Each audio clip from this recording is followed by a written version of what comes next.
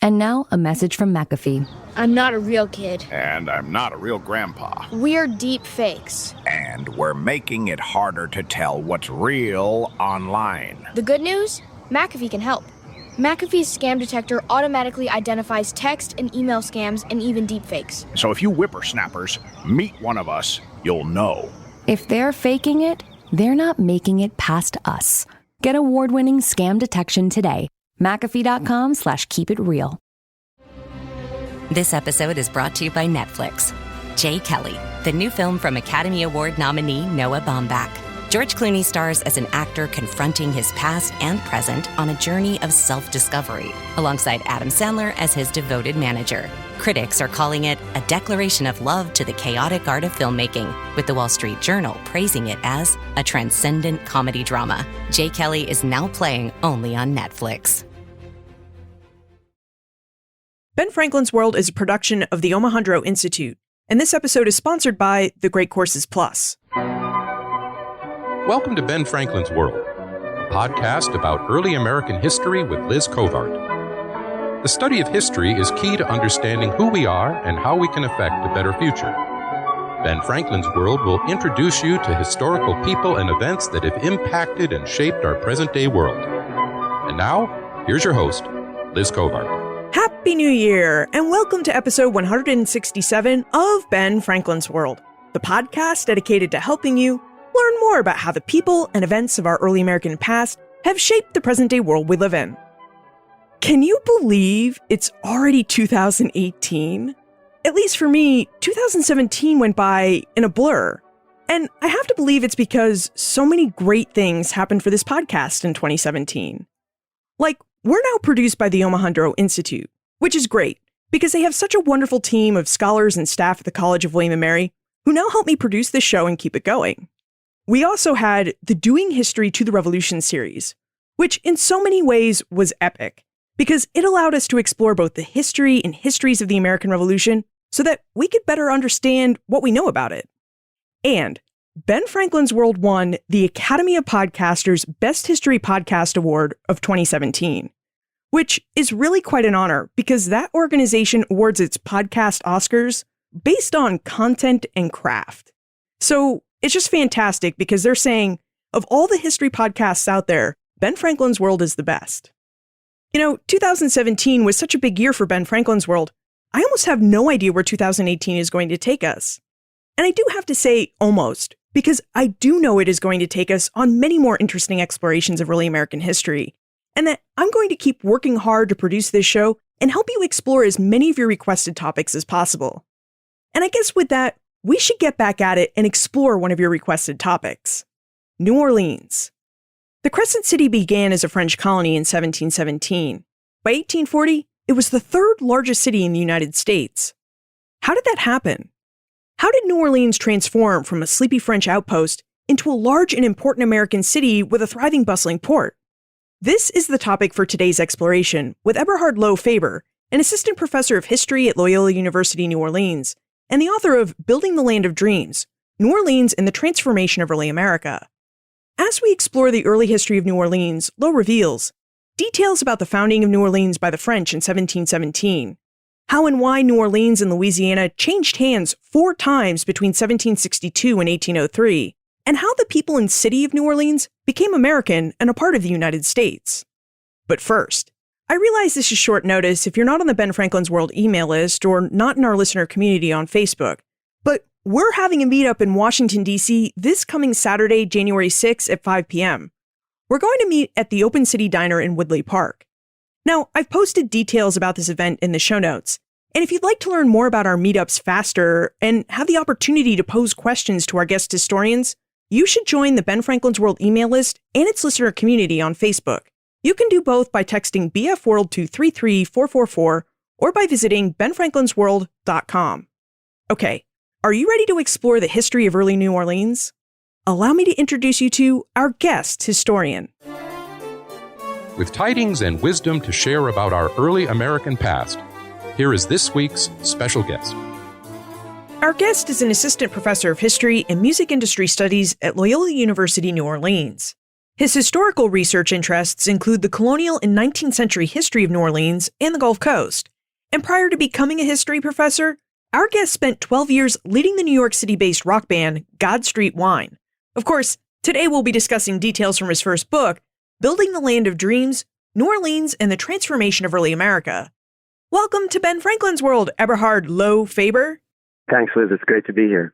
Now, in Building the Land of Dreams, Lowe sets out to tell the story of how New Orleans was reimagined and transformed between the colonial and early Republic periods, and how it became more American over time by becoming more New Orleanian. Lowe, I think we should start at the beginning. Would you tell us about the founding of New Orleans in 1717? Sure, yeah. Well, New Orleans was founded on paper before it was founded in person. It was essentially founded by a clerk in Paris who wrote down, the Company of the Indies had decided to build a city. So it was, very top down, very kind of absolutist France. It was a latecomer in the world of colonial projects. Spain had been in Central and South America for 2 centuries. The British colonies in Virginia and Massachusetts had been around for about a century, so that's not an insignificant amount of time. New Orleans and the French Gulf Coast colony was late coming, and it was part of this big financial scheme created by the Duke of Orleans, who was the regent who was ruling France at the time, and a Scotsman named John Law, who put together this big investment scheme, later called the Mississippi Bubble, because it built and it drew millions in investment. And then it burst, and there was a crash, and people lost all their money. But meanwhile, there was a colony to sort of go on.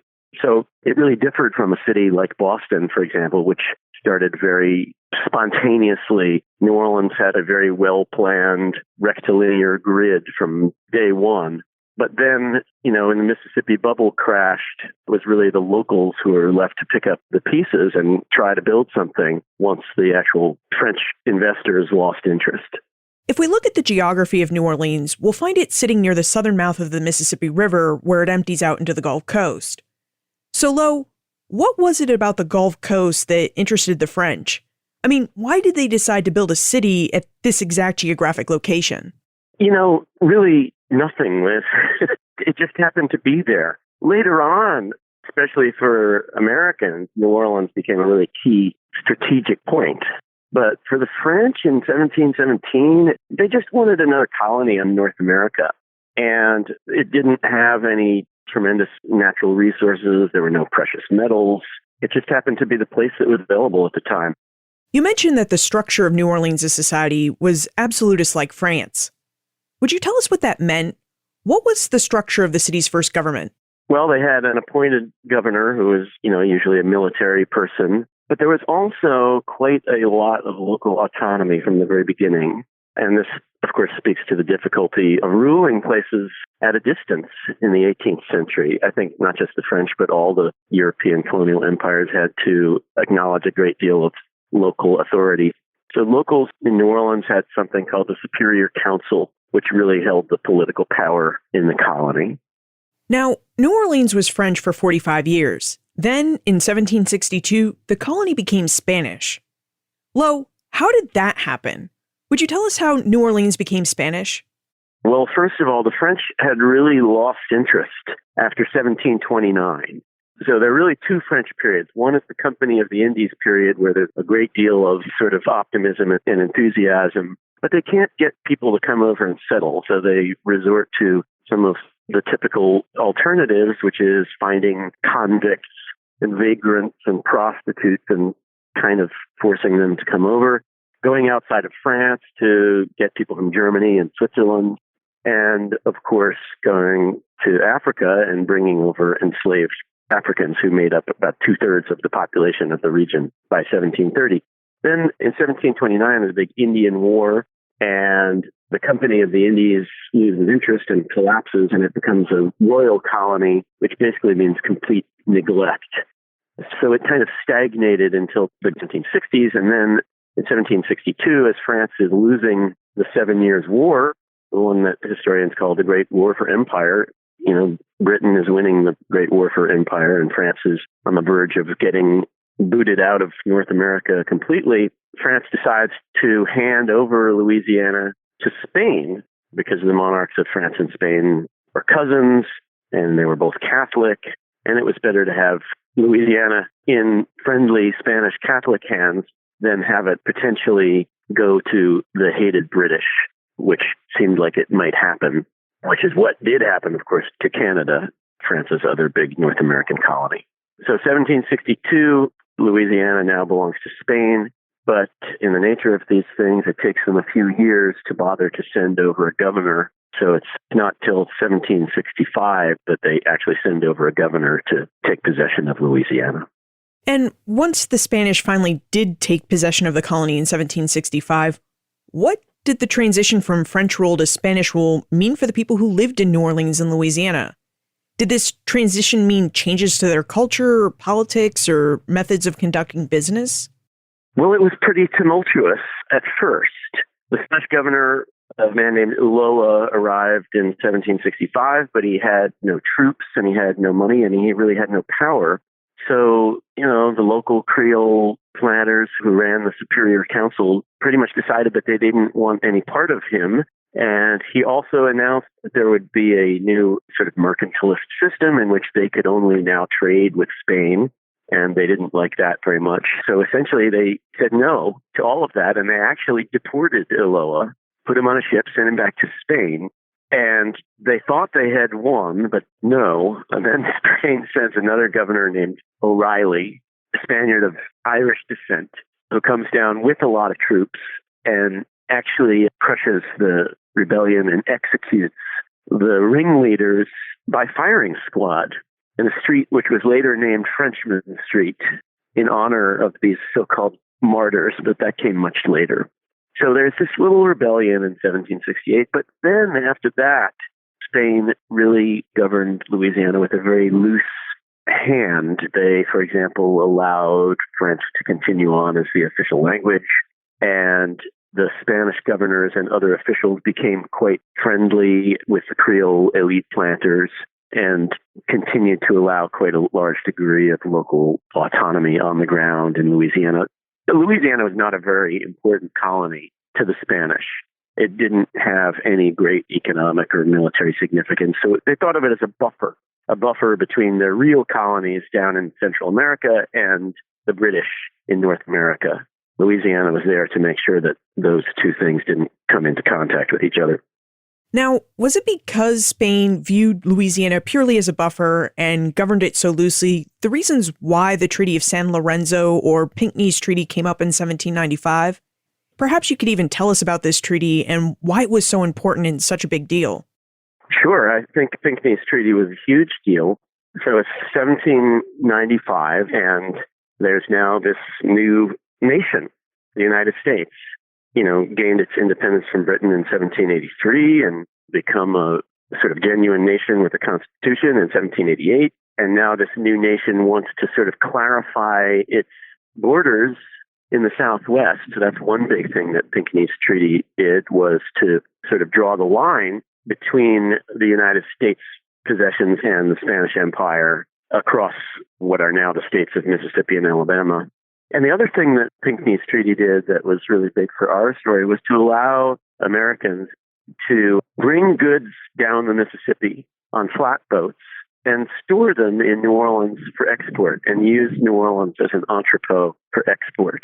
And the reason that was so huge was because of the Appalachian Mountains, which you have to remember, of course, this was an era in which the most efficient form of transportation was river transportation. There are no highways, there are no trucks, so you can only transport large quantities of goods on a river, and before the invention of steamboats, you can only transport them in one direction, downstream. So if you're west of the Appalachians, as many Americans were starting to be as they moved into what are now the states of Kentucky and Tennessee and Ohio, even western Pennsylvania, if you're in those regions, the only way to get your agricultural products like hemp and pork and wheat, the only way to get them to market is by sending them down a river like the Ohio over to the Mississippi, all the way down the Mississippi on a flatboat and out to the Atlantic world through New Orleans. So Pinckney's Treaty allowed them to do that. And it might not sound like much, but it was a huge loophole in what was ordinarily a very closed Spanish economic system. So it helped the development of the Trans-Appalachian West, and it also fostered all kinds of ties between American Western settlers and the world of New Orleans and lower Louisiana. And those economic ties really started to accelerate after 1795. It also seems like Pinckney's treaty highlights the fact that while the Spanish may not have thought of New Orleans as a valuable colony, the United States really seems to have viewed it as a valuable entrepot and port city. Yeah, that's true. In the 1790s, people like, well, most famously Thomas Jefferson, are starting to realize how important New Orleans is because it guards the Mississippi, which is the key to the whole continent west of the Appalachians. And, Jefferson, of course, was not a militarist. Famously, he was the opposite. On the other hand, there are Americans who do think in terms of military force, and they think, we need to go out and conquer this territory. But for Jefferson and people who thought like him, it wasn't so much a case of armed conquest. They thought there was a sense of inevitability as Americans moved west, that these regions would sort of gradually become dominated by Americans who would bring these kind of Anglo cultural values and culture of political democracy into the West and sort of gradually demographically overwhelm the Spanish and French population. Now, what did it mean for the United States and for all the Americans who were using the Mississippi River and the Port of New Orleans as a trading center and transit hub? What did it mean for them when in 1800, Louisiana reverted back to French control? Well, at first it didn't mean anything because the treaty was secret. So here's France sort of rising again, rising under Napoleon Bonaparte, who's eventually going to be emperor. And Napoleon's developing his own new colonial scheme. And the new scheme is really centered on the colony of Saint-Domingue, which later, of course, became Haiti. And Saint-Domingue is by this point the most lucrative sugar-producing colony in the world. And Saint-Domingue, of course, has had a revolution. They've had the emancipation of all slaves under the Jacobins in the 1790s. So Napoleon's plan involves re-enslaving the working population of Saint-Domingue. Going back to producing lots and lots of sugar there, where Louisiana comes in is that Louisiana will now be the sort of wheat-producing breadbasket to feed Saint-Domingue, because in Saint-Domingue we want every inch of the island to be dedicated to lucrative sugar cultivation. So with this scheme in mind, Napoleon goes about sort of browbeating the Spanish. He's sort of turning Spain into his satellite state and made this deal with the Spanish where they give back Louisiana secretly to France in exchange for a teensy little property in Tuscany, which became the sort of personal villa of the Spanish king.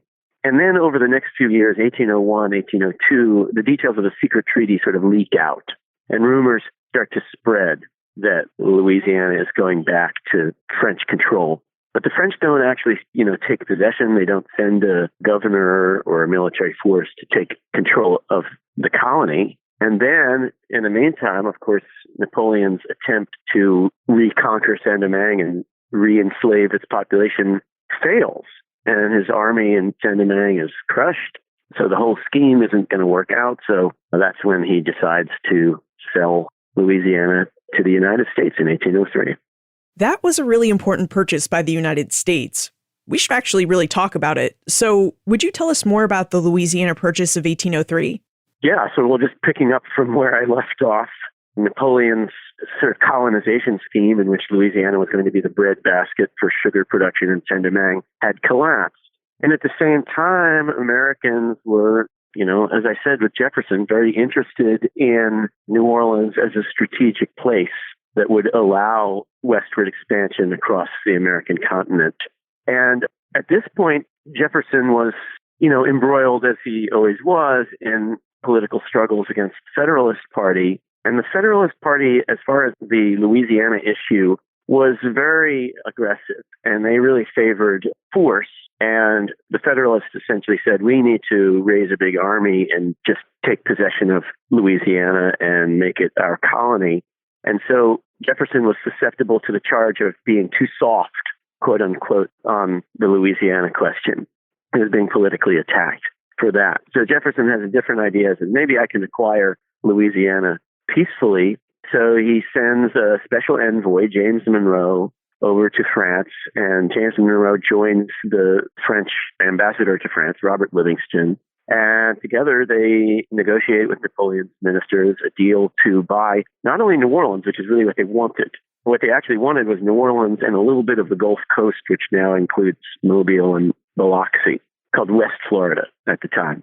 So that's what they really wanted, but the French said, no, we're selling the whole thing or nothing. And they said, well, okay, so $15 million financed mostly by Swiss banks, very little money down.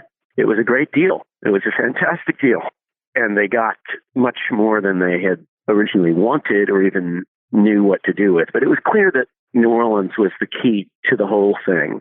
And I think this is sometimes easy to forget because eventually, there was the Lewis and Clark expedition to the great northern part of the Louisiana Purchase, and that has attracted so much attention and so much fascination that we think of that sometimes more than what was the real point of the purchase, which was New Orleans as the key to unlocking the Mississippi.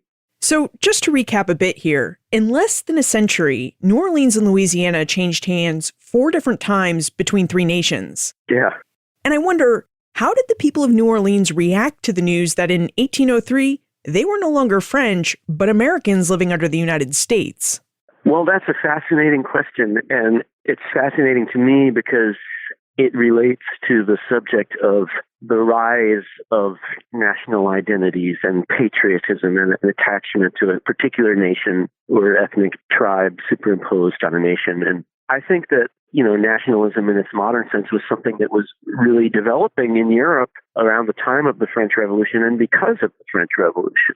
So the French, and in my book that you see this through the eyes of a man named Pierre Lossat, who is the prefect that Napoleon sends to eventually take possession of Louisiana. So Lossat is from France, and he comes to New Orleans, and he sees everything in terms of national identities and attachments. Are they really French? Is his question about the Creoles. Are they still attached to Spain? Are they perhaps interested in being part of the United States? He hates the United States. He calls Americans Anglo-Americans, and he's disgusted with American democracy. And it never occurs to Lossat what I think is actually the truth, which is that the Creole planters of New Orleans did not care that much about attachment to any foreign power, whether it be France or Spain or the United States. They were a local community. They were rather provincial and fairly insular, and they cared about their own wealth and prosperity and their prestige within their social world. And so it just wasn't a big issue to them for any sort of patriotic, sentimental reasons, whether they were going to be ruled by France or Spain or the United States. In their eyes, all of these distant rulers were simply distant rulers to be manipulated, sometimes to curry favor with them and try to get special privileges. But the Louisianians, who were particularly proud of their Frenchness, to me were the exception more than the rule. As a cultural historian, I'm really curious about the transition New Orleans made from being a French colony to an American city, especially since in Building the Land of Dreams, Lowe describes how New Orleans went from being this small Gulf Coast outpost to being a world-class city all during the 19th century. And right after we take a moment to talk about our sponsor for this episode, The Great Courses Plus, we're going to dive into this topic. We just discussed the Louisiana Purchase, which nearly doubled the size of the United States. And this territorial expansion had great implications for the Americans who went west, the Native Americans who were already living on those western lands, and for the enslaved, as the institution of slavery expanded west too. If you'd like to explore more about this expansion, you should check out The Great Courses Plus and its course, Experiencing America, a Smithsonian Tour Through American History. The Great Courses Plus partnered with the Smithsonian to make this course, and you can take it for free during the free trial The Great Courses Plus would like to give you when you visit thegreatcoursesplus.com/bfworld. Now, in Experiencing America, Professor Richard Curran will lead you on a visual exploration of United States history, using the Smithsonian's one-of-a-kind collection of American artifacts. And one of your stops on this tour is a 30-minute-long video called The Growth and Spread of Slavery, in which Professor Curran will show you the history of slavery and its expansion in the Americas through objects like Eli Whitney's cotton gin. When you visit thegreatcoursesplus.com/bfworld, you'll find that The Great Courses Plus has dozens of other courses about history, and over 8,500 other lectures available across a wide range of topics for you to explore. Topics like science, math, psychology, personal development, and it even has how-to courses on subjects like photography, cooking, and learning new languages. All of these fascinating lectures are presented by award-winning historians and experts in easy-to-watch 30-minute-long videos that you can stream, download, and watch all on your own schedule and on all your favorite mobile devices. So visit thegreatcoursesplus.com/bfworld to extend your exploration of history and to delve into new topics that fascinate you. To claim your free trial of The Great Courses Plus, visit thegreatcoursesplus.com/bfworld. Okay, before we dive into specifics about New Orleans' transition from a city with French and Spanish traditions to an American city, we should explore what the city looked like by 1803. Lo, what were the culture and demographics of New Orleans like in 1803, and what was the primary driver of its economy? First of all, its population, according to our best estimates, somewhere between 8,000 and 11,000. And it's hard to be sure because there's a large transient population and people are coming and going a lot from various places. But it was pretty small. And as you said, it grew really dramatically during the first few decades of the American period for a variety of reasons. But by the 1840s, it's the third largest city in North America after New York and Philadelphia. New York and Philadelphia were 1 and 2. And Boston, which was the oldest city, had fallen to number 4 on the list by the 1840s. So going back to 1803, New Orleans was really in transition, I would say. For most of the Spanish period, it had been mainly a military outpost with, a few farms and plantations. Now, by 1803, 2 really big things have happened that were going to transform the city. And those 2 big things are cotton and sugar. And cotton cultivation, because of the cotton gin developed in the late 1790s, and the fact that it's now possible to get the seeds out of short staple cotton. Short staple cotton is a crop that can grow in a wide variety of places. It's a very tolerant crop, so it starts to be planted all across the South, and New Orleans has the good fortune of really becoming the central entrepot for distributing cotton grown all across the South to the rest of the world, and in particular to Britain, where, of course, cotton is central to the Industrial Revolution at the exact same time. So that's one big thing, cotton. And the other big thing is sugar. And sugar happened in Louisiana because of the revolution in Saint-Domingue, which pretty much ended sugar cultivation in that colony in 1795-96. So New Orleanians started to think about whether it might be possible to produce sugar in lower Louisiana, which is a colder climate than Saint-Domingue. And they actually had to develop techniques to make it possible, but they did succeed. Eventually, the first sugar cultivated in Louisiana was at Audubon Park, and used to be a plantation owned by a man named Etienne Boré. So sugar cultivation starts in Louisiana in 1797. So you've got cotton and sugar taking off right at the same time. And of course, both of those things highly dependent on the labor of enslaved Africans, which is probably something we should also talk about. So the United States must have been really excited about this. They were getting a rough place, but a place with great geographic location and one that seems like it had a lot of economic promise. Still, I wonder, did Americans ever question whether New Orleans' mostly French-speaking Catholic population could really ever make the transition into the mostly English-speaking, largely Protestant population of the United States? I mean, did they ever wonder whether the people of New Orleans would be a good fit for the United States? Yes. When the Americans succeeded in buying Louisiana, they were well aware of its, strategic importance, and that had been talked about for a while. But the cotton and sugar were really so new that they weren't thinking too much about that. And, maybe surprising to us now, and we know so much about so much of the globe, but their information on Louisiana was really quite limited. And their awareness that there had been this economic transformation, it was so new that they weren't really saying, oh, now there's all this cotton and sugar and this town is really, really going to develop. Of course, that became clear over the next few decades, but it wasn't really part of the motivation in 1803. Now, whether Americans questioned whether Louisianians could become American. Well, very much so. They did. And both sides were very, very aware of the cultural differences and the political differences between the culture of the sort of Atlantic seaboard United States and the culture of French Louisiana. And you see this just in all kinds of ways. I'll quote a letter from Albert Gallatin, who was Jefferson's Secretary of the Treasury and former member of Congress and extremely important player in Jeffersonian politics in the federal government. And Gallatin, I think, spoke a very typical point of view when he said of the French Creole population of Louisiana, he said, let them have slaves and continue to speak French and they'll be fine. And he also said that they were mainly illiterate. So, in Gallatin's very disparaging view, they're sort of a bunch of illiterate bumpkins who are very, attached to African slavery, which Gallatin didn't like, being from Pennsylvania. And, they just wanted to be able to keep speaking French. And the literacy point was not far off. And actually, their attachment to African slavery was pretty accurate as well. So there just aren't schools in colonial Louisiana. If you wanted your child to be educated, if you were well off enough, you'd send them back to France for school. There is an Ursuline convent that also teaches a few students at this time, but most of the white population of Louisiana in the colonial period is completely unschooled. And there is no public sphere whatsoever. There's no print. There's really no newspapers until the late 1790s when there's one.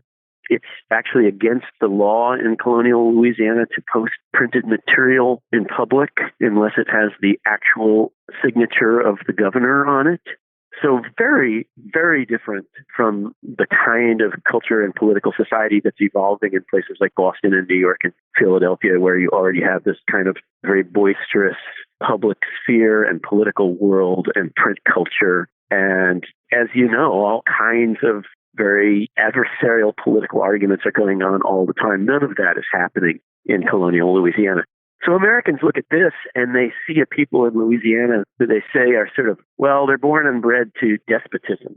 And this is all they know. And they're docile and they simply obey authority. And these are the qualities that they see in Louisianians. And so they question whether these Louisiana colonials are ready for self-government, for republicanism, whether they're ready now or whether they'll ever be ready. Maybe these qualities aren't the result of circumstances.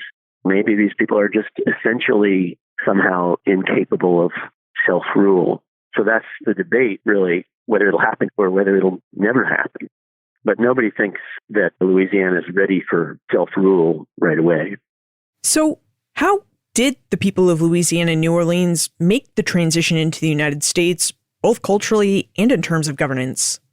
Well, in terms of governance, the system of territorial rule was imposed, which was very controversial because the United States had emerged from colonial rule itself.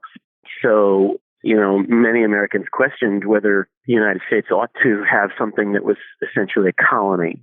On the other hand, there were many, for example, the Federalist politician from Massachusetts, Timothy Pickering, who argued very strongly that Louisiana should, in fact, be a colony. It should be a territorial possession. So anyway, we have this compromise of territorial rule, and the concept of territorial rule had been sort of developed in the 1780s with these various ordinances, most famously the Northwest Ordinance of 1787. And it says that, in essence, that a region can be a territory for a certain amount of time, and then when it meets certain population benchmarks, be eligible to join the Union as a state. So it's kind of this halfway house between being a pure colony and being an organic part of the Union. You're sort of put on this path of tutelage where you can be a territory for a while and eventually be incorporated as a state. And that is what happened with Louisiana.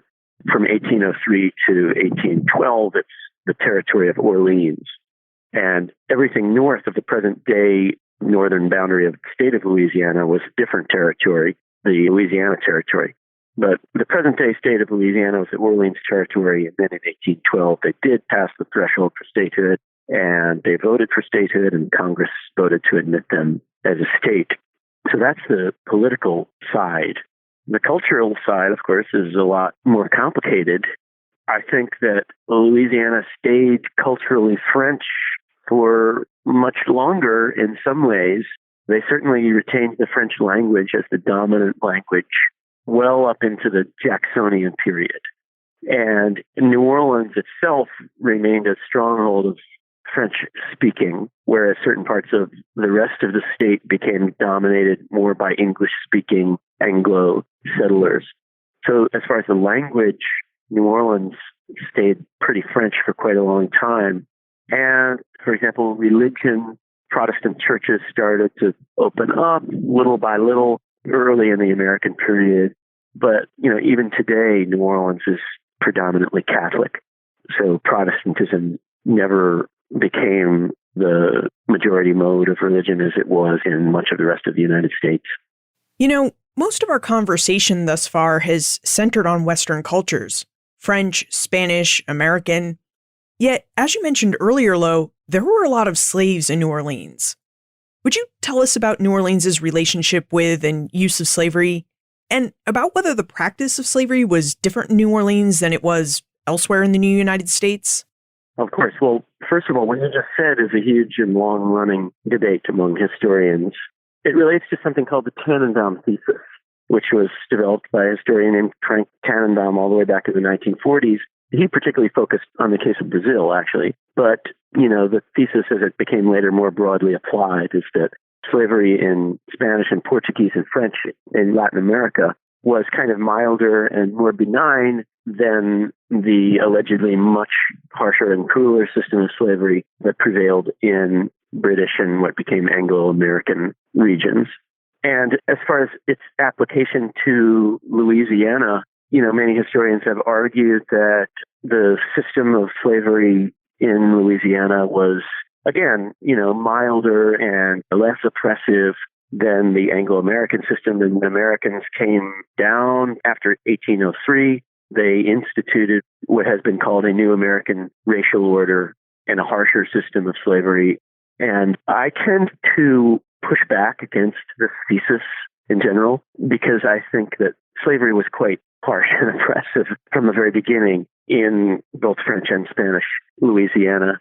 And I think that New Orleans is, a place that has a unique culture, of course, and it has all sorts of unique things about it. But I tend to stress the commonalities with other slave societies more than the exceptions.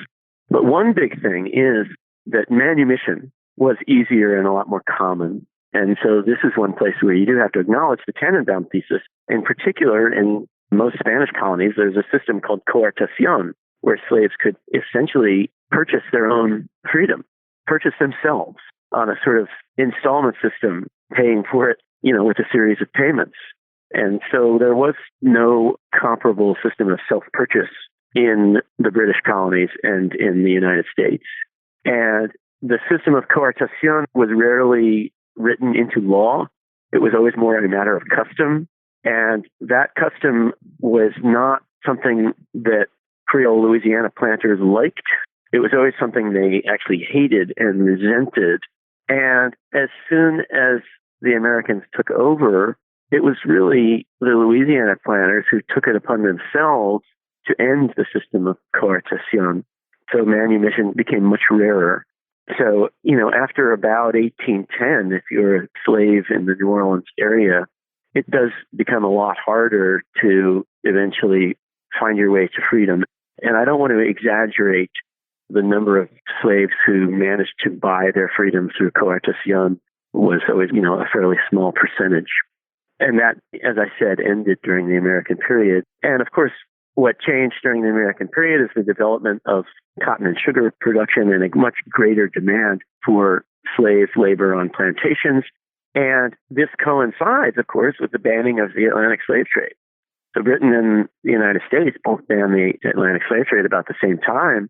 And Louisiana planters are clamoring for more slaves. So where do they get them? They get them from the northern tobacco colonies, such as Virginia and Maryland, where for a variety of reasons there's an excess slave population. And so this big domestic slave trade starts up around 1810 and then very, very dramatically after the War of 1812. And starting in the 18 teens, the domestic slave trade, both overland across Mississippi and Alabama down towards Louisiana, and by ship coming from Philston to New Orleans.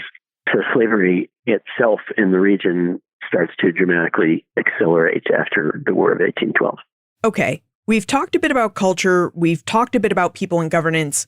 Let's turn now to what this transition meant for the city's economy. What happened economically to New Orleans when it became a part of the United States?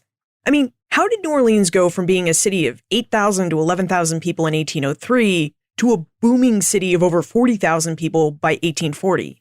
In addition to cotton and sugar, we had a free market. So under both the French and the Spanish, New Orleans had always been subject to a very restricted mercantilist system in which they could only trade with the home ruling country. And they certainly subverted this system a lot, and there was a lot of smuggling, and the mercantilist system always existed kind of more in the letter of the law than in practice. But nonetheless, when American rule came in and all restrictions were lifted, obviously if you're a New Orleans merchant, that's a great thing. Now we have ships coming from all over the world, and we have ships leaving New Orleans to go all over the world. And I already mentioned the link to Britain and Liverpool and the Industrial Revolution. So that's huge. There's also immigration, lots of immigration to New Orleans, especially from three places. From France. So there are actually a lot of French-speaking arrivals in New Orleans after New Orleans is no longer French. There's also a lot of Irish immigration, and there's a lot of people from Germany. So real sort of working class Irish and Germans start to come in the 18 teens and 20s. And so that's, first big wave of European immigration. Of course, later in the 19th century, there will be a lot of Italians and so on. And the lifting of these mercantilist restrictions, which is a big, big boon to the commercial class.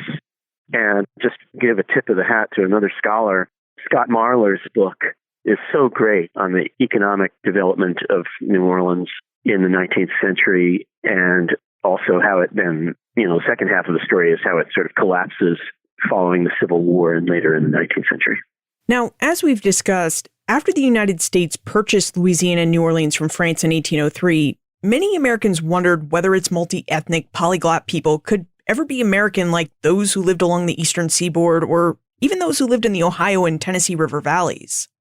Lo, before we move into the time warp, would you tell us about the Battle of New Orleans in January 1815 and what that battle revealed about Americans' fears about the incorporation of New Orleans and its people into the United States?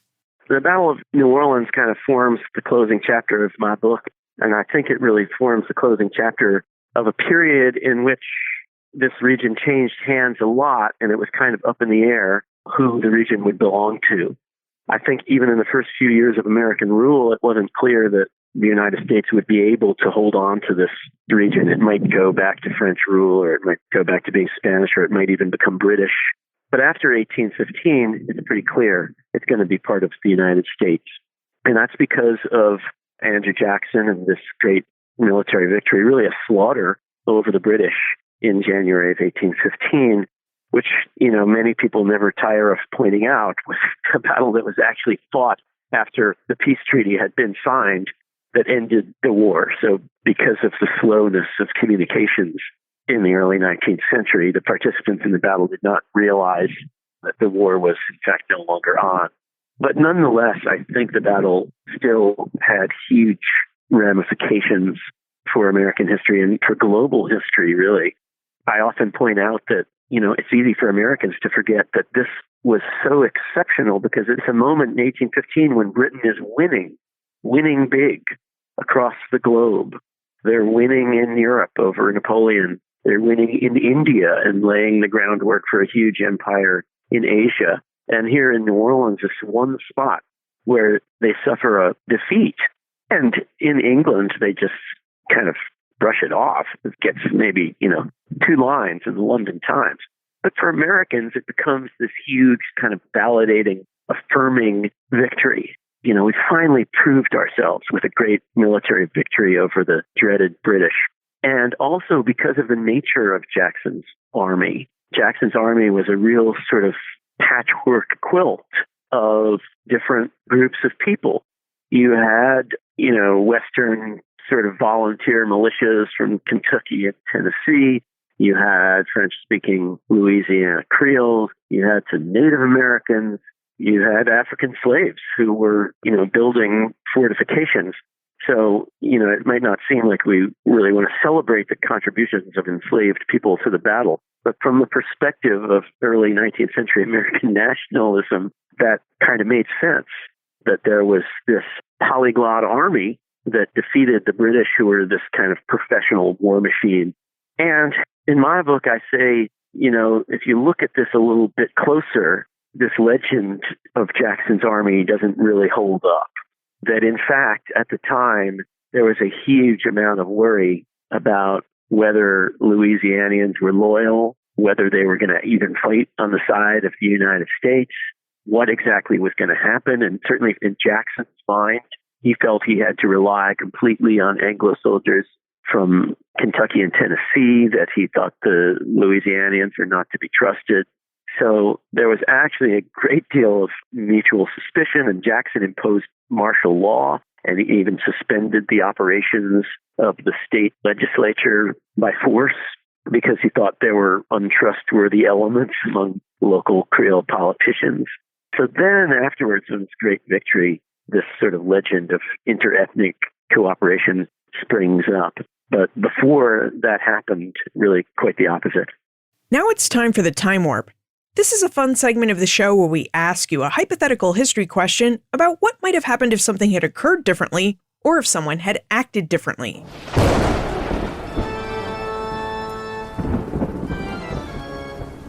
The Time Warp. Historians can't predict the future, but they can speculate about what might have been. In your opinion, what might have happened if France had not given Louisiana to Spain in 1762? How would the history of Louisiana, New Orleans, and their relationship with the United States be different? I think that, unfortunately, the best answer I can give is also perhaps the least exciting, which is to say that I don't think that there would have been that much difference. And the reason I say that is twofold. One is that, as I said earlier, the Spanish rulers of Louisiana were careful to rule with a pretty light touch, and they allowed New Orleanians to have quite a large degree of local autonomy, continue speaking French, and they really refrained from making big changes. And the other reason I do feel that eventually Louisiana was going to be part of the United States one way or another, and it's with due caution that I say that, but I think that it was probably beyond the power of any European empire to maintain a firm control on a colony like Louisiana in the face of a very sort of energetic, westward expanding American nation. And if, the contingent circumstances of 1803 hadn't happened, of course, Louisiana might have stayed French for quite a bit longer. But the economic ties, the personal ties, the social and cultural changes would have happened, regardless.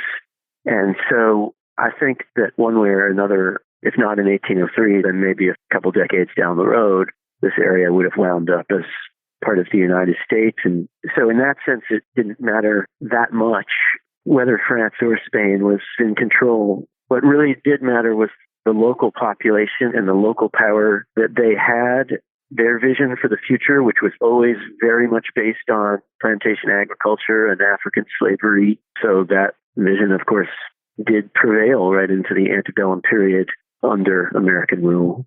So I hope that's not too much of a letdown.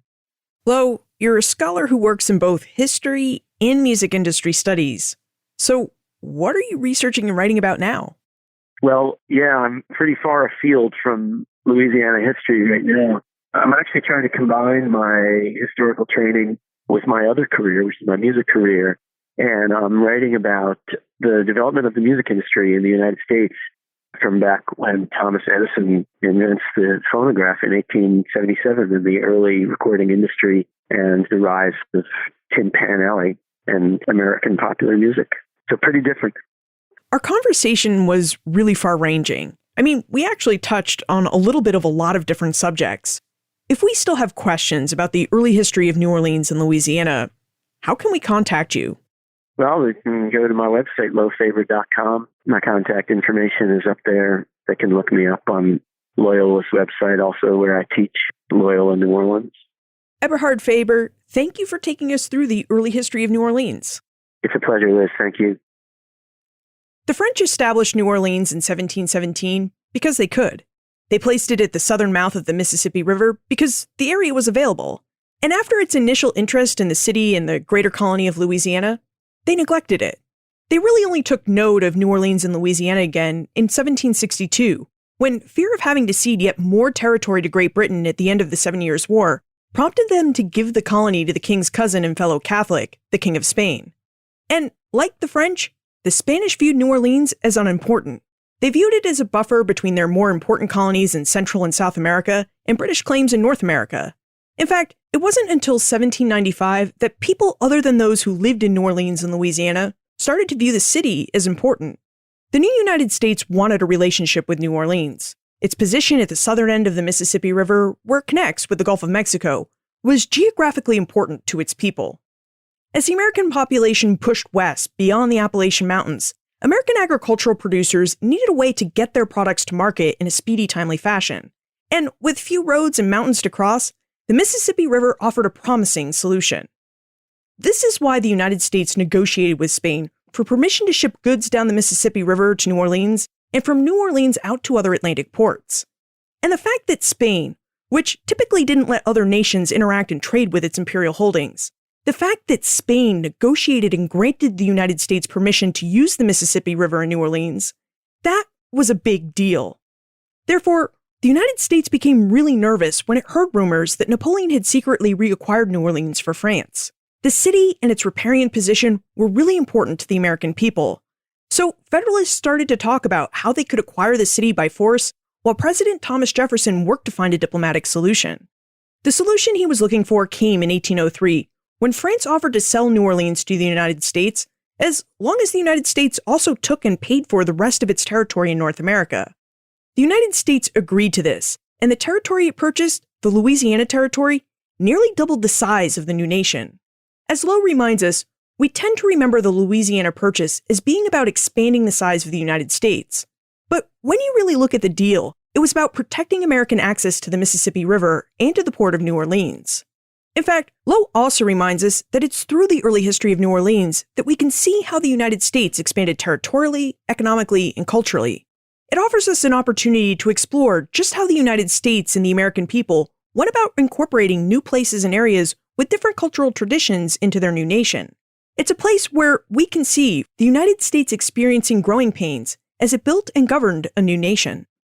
You can find more information about Lowe, his book Building the Land of Dreams, plus notes for everything we talked about today on the show notes page, benfranklinsworld.com/167.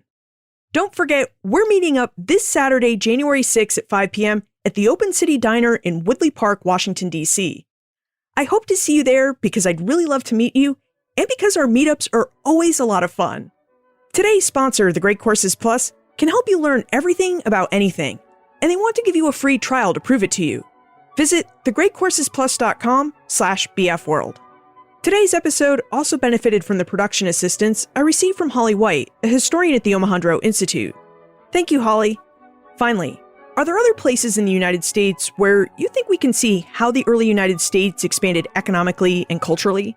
Let me know what other case studies we should be exploring. Send your ideas to liz@benfranklinsworld.com, tweet me @LizCovart, or post a comment in our listener community on Facebook. Ben Franklin's World is an Omohundro Institute production. And remember, never leave till tomorrow that which you can do today. Are you interested in the parts of history that remain a mystery? Do you want to learn more about the historical myths and misconceptions used to prop up false belief today? I'm Nathaniel Lloyd. In my podcast, Historical Blindness, I delve into all of these topics, sharing puzzling tales from the past and examining hoaxes, conspiracy theories, and misremembered events that provide insight into modern politics and religion. New episodes every 2 weeks. Find Historical Blindness on most podcast players and platforms. As a longtime foreign correspondent, I've worked in lots of places, but nowhere as important to the world as China. I'm Jane Perlez, former Beijing bureau chief for the New York Times. In our third season of Face Off, the US versus China, we'll explore some of the biggest issues dividing these global powers today. Trump and Xi Jinping, AI, China's growing military might, and also robots. New episodes of Face Off are available now, wherever you get your podcasts.